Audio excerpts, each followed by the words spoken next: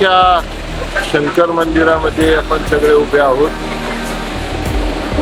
आज या ठिकाणी सुमारे 8 ते 10 हजार कावडिया आलेले आहेत आणि वज्रेश्वरीवरून इथपर्यंत पायी प्रवास करून कावड घेऊन ही मंडळी या ठिकाणी आलेली आहेत. आणि आमचे सहकारी दमलेजी असतील, महाशेठ असतील, जलारामजी असतील, भगतसाहेब असतील, या सगळ्या लोकांनी या लोकांचं या ठिकाणी स्वागत केलेलं आहे.